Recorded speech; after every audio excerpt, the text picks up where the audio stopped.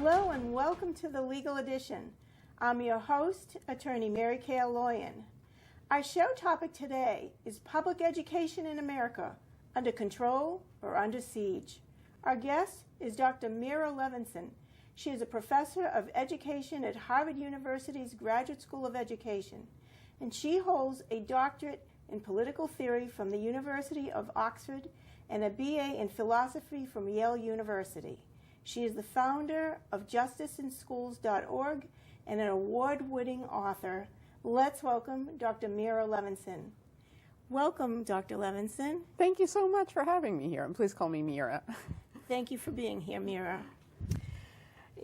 Now, you have set a number of guideposts, I believe, in education with your books in education. Can you give us a quick synopsis of how you feel education, public education in America has been and what trajectory it is going on now with the new Secretary of Education? Sure, that's a big question.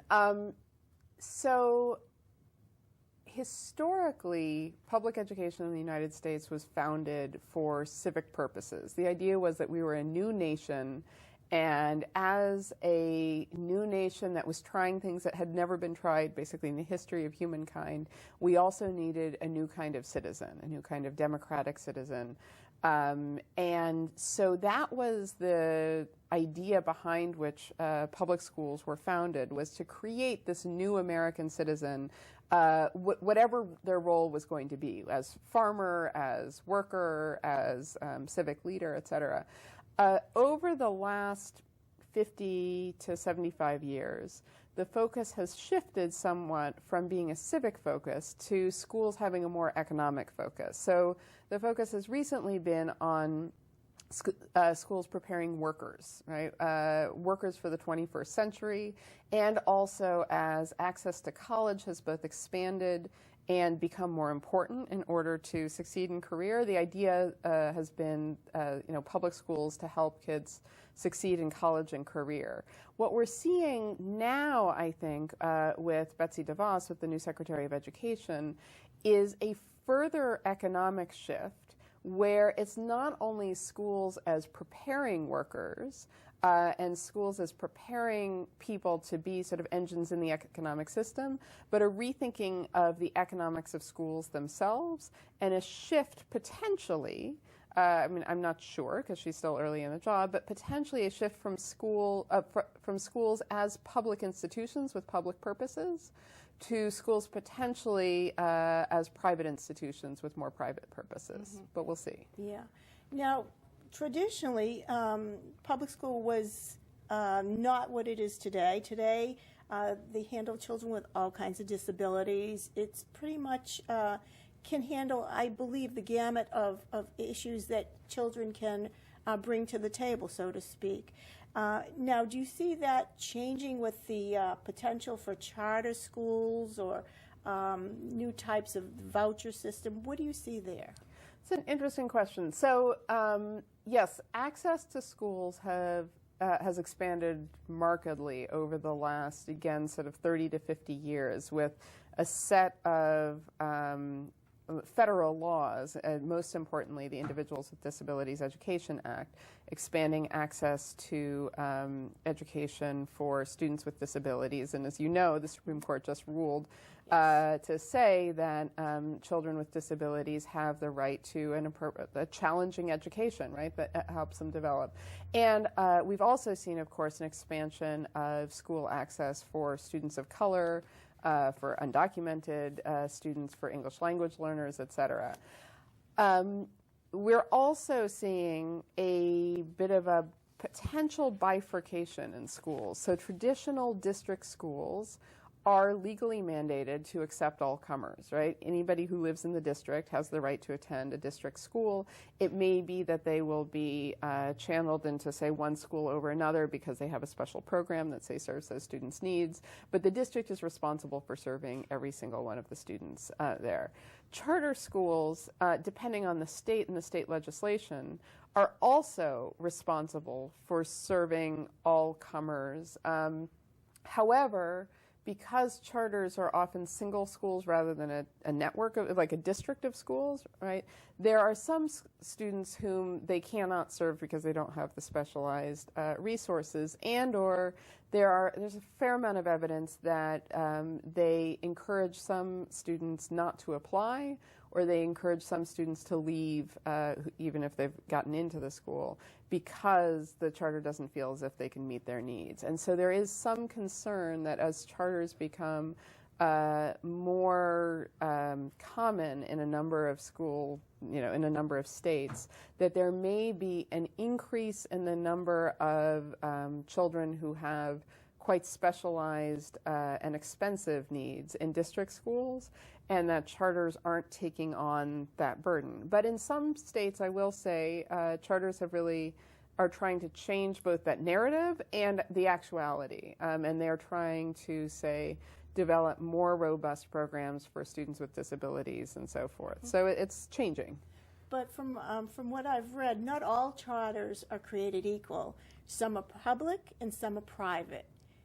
So all charter schools are officially public schools in that they receive public money, but some are not-for-profit or nonprofits, and some are for-profits. Right? So again, it depends on the state. So for example, in Massachusetts, all charters are nonprofits. We do not have for-profit charters here. But in other states, such as Michigan and Florida, for-profits make up the vast majority of charter schools. And so they receive public money, and the idea is they get paid, the certain amount to educate kids, and if they happen to realize savings and make a profit, and so it can educate kids for less, then they keep that money. So yes, and there's a lot, and for all charters, in fact, even nonprofit charters, there's often accusations that they are less public schools than regular district schools because of lack of transparency in budget and expenditures, because they often do not have they don't have school boards that oversee them. Oversight. Right, exactly, lacking. Yeah. That can be a concerning issue because they act as a private entity if there's not the transparency that you would see with one of the other entities, the for-profit. Yeah, for-profit charters, I think, are a real concern. It's really unclear to me why we would think in this country that we should use public funding to fund for-profit enterprises, for-profit companies, to educate children. Mm-hmm. There's a lot of evidence that when we turn to for-profit companies to take over sort of vital public institutions like public safety with respect to prisons, mm-hmm. And then schools, that tends to go badly, certainly for the clients, and hence for the public, because the clients are the public and we are the ones who are well-served or ill-served by those institutions. Well, I know for a fact, being an attorney, I know seeing the privatization of prisons has been an atrocity. So I cannot understand how the privatization of education can go much better. Yeah, I think in essence that's right, because what you have right now, as in prisons, where with the privatization of prisons, it's the most vulnerable members of society, exactly. Right? The privatization of charter schools, those charters also tend to serve some of the most vulnerable children, and they do so. And there's a fair amount of evidence that for-profit charters, say in Michigan, in Florida, and elsewhere, tend to provide below-average quality education to these very vulnerable kids. And money is taken from the public coffers to fund these schools, these charter schools. And what does that do to the public schools that are left with less money in their coffers? What happens? So I think that the most striking example of this is in Philadelphia. New Orleans as well, though New Orleans is kind of its own case. So in Philadelphia, as you've seen the rise of charter schools, and I'm not sure if there are any for-profit charters in Pennsylvania. They may all be nonprofit. the money then, comes out of the district school, the school district where the charters are located, and it goes to the charters. And it makes it very, very hard for districts then to plan. And it can be very hard for them to realize savings that you might assume that they could save. So those who support sort of charters on the current funding model say, look, yes, you lose some dollars, but you lose some dollars because you're losing kids and you're not educating those kids. And so, of course the dollars follow the kids. And that makes a lot of sense in theory. The challenge is that in practice, when you have, again, this sort of large system that is supposed to serve all kids, you may not be able to realize savings if what happens is you're losing 2 third graders from this school, 1 third grader from that other school, 4 third graders from this third school, right? If you lose these third graders from all over your district and they go and they, fill up, say, 3 charter schools, that's great, but you may not even be able to reduce your number of third grade teachers in your district even by 1 because they're scattered around, right? Nor, obviously, can you reduce the number of administrators you have or school librarians or nurses, right? Yeah. There are tons of fixed costs.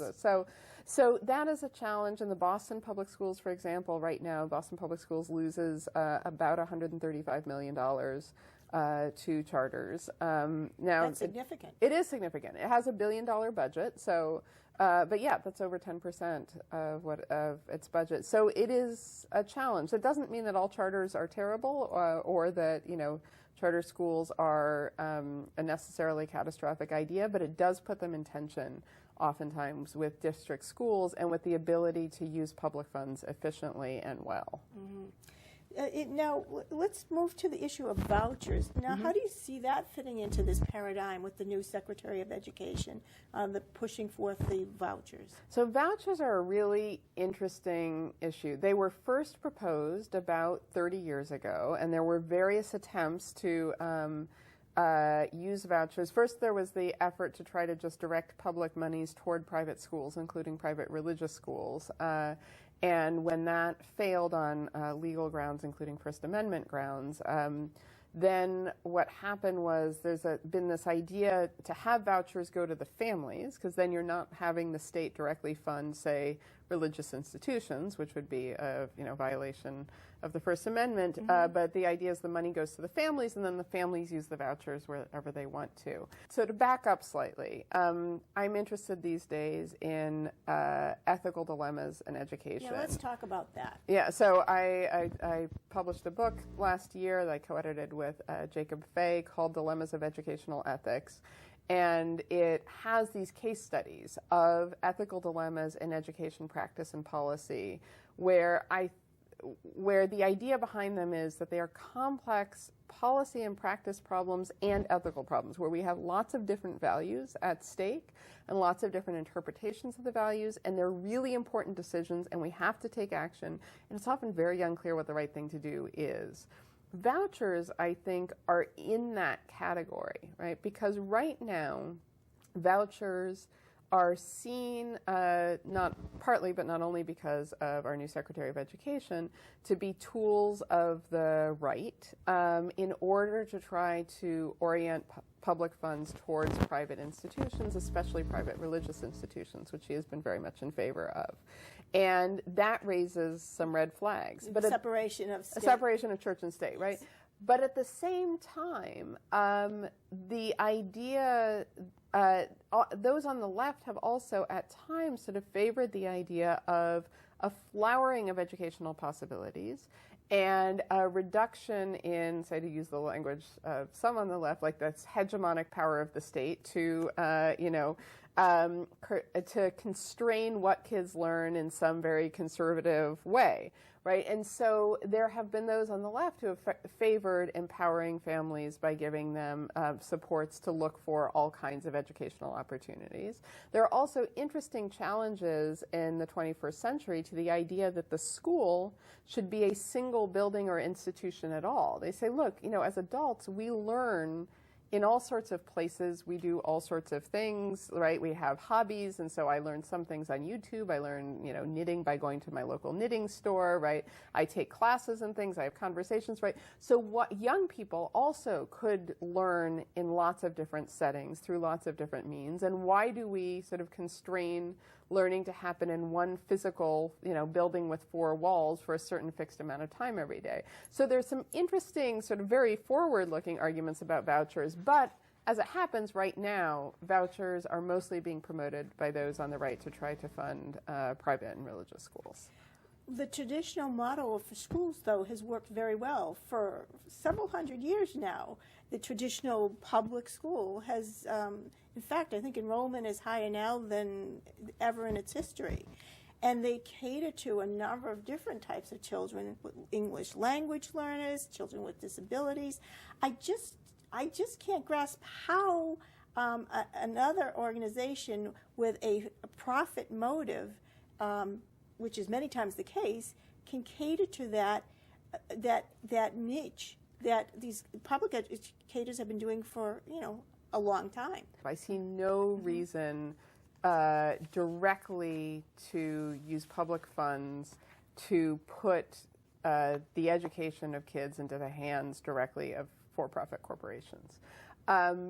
But the question of whether or not there might be new and different models of, say, publicly funded and publicly governed,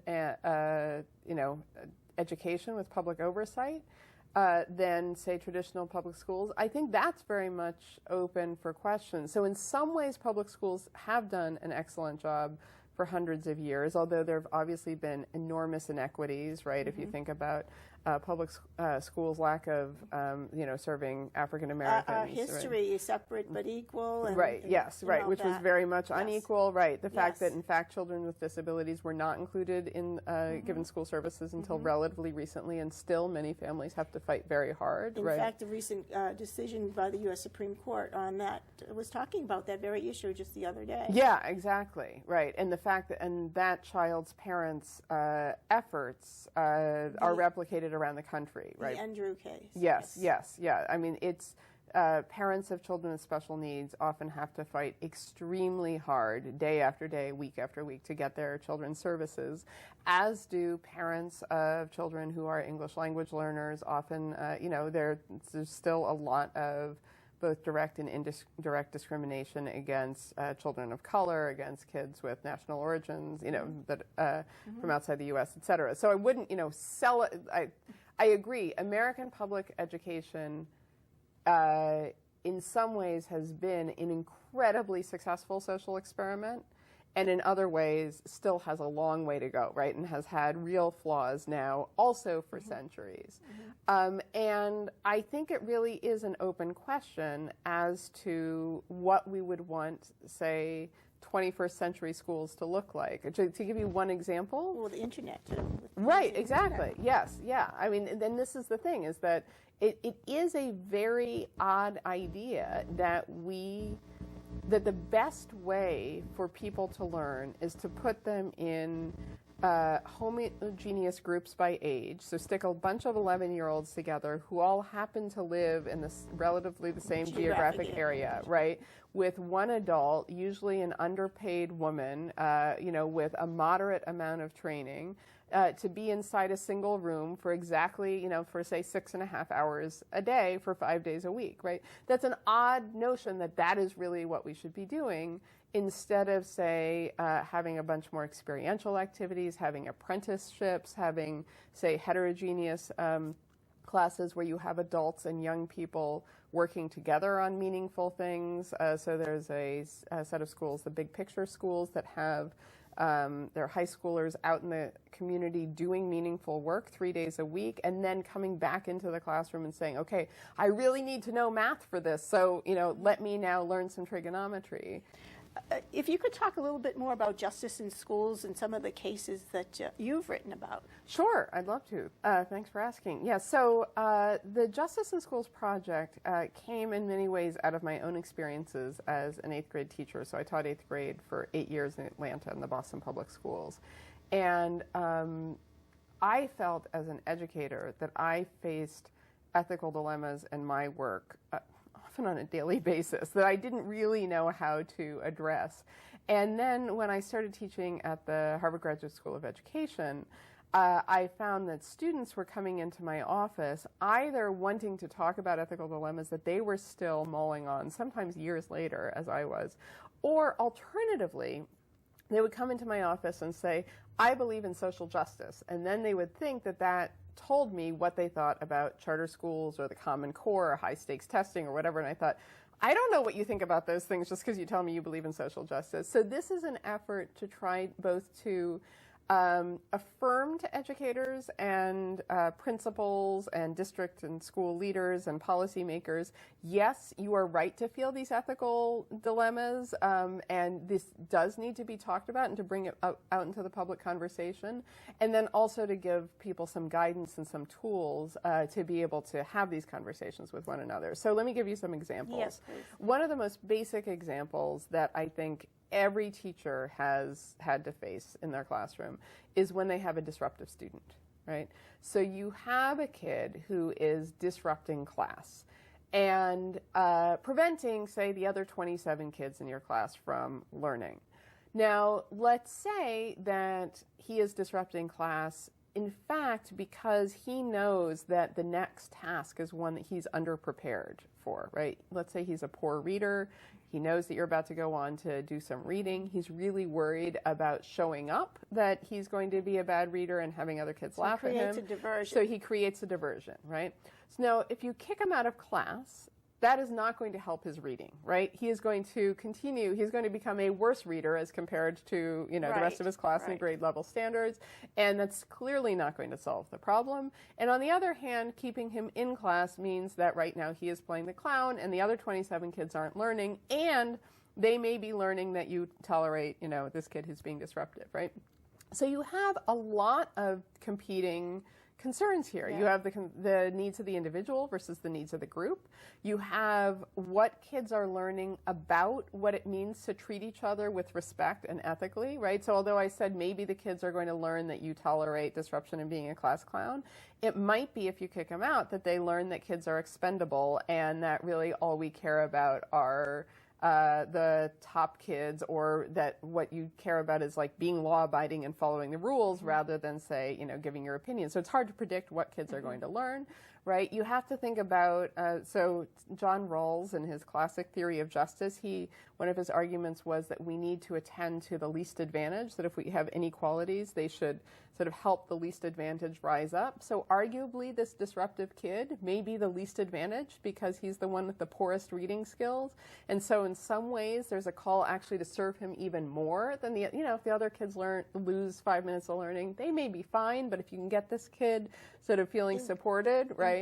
Included, right? Then you may be doing an incredible thing. So, and that's all in this tiny thing, which happens, unfortunately for teachers many, many times a week in some cases, of just this disruption, right? So that's a very classroom-based case. We also are looking at school-based cases. For example, in Dilemmas of Educational Ethics, we have a case about grade inflation. This is a private Jewish day school, which costs about $35,000 a year to attend, and so not cheap. Not cheap, not at all cheap. The school, according to the teachers, basically engages in rampant grade inflation. And they are concerned because they feel it violates their integrity as teachers, that they're not actually able to push kids to learn as much as they could learn if, the grades were sort of more serious.